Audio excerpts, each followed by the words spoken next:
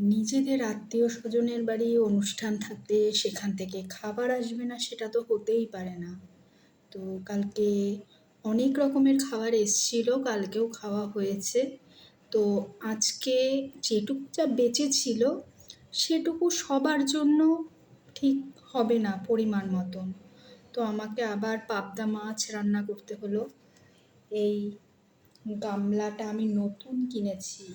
এখানে আছে পাবদা মাছ। দেখাতে পারছি না, এটা দেখিয়ে দেই। এই যে পাবদা মাছ, রান্না করতেই হলো, এই আর কি।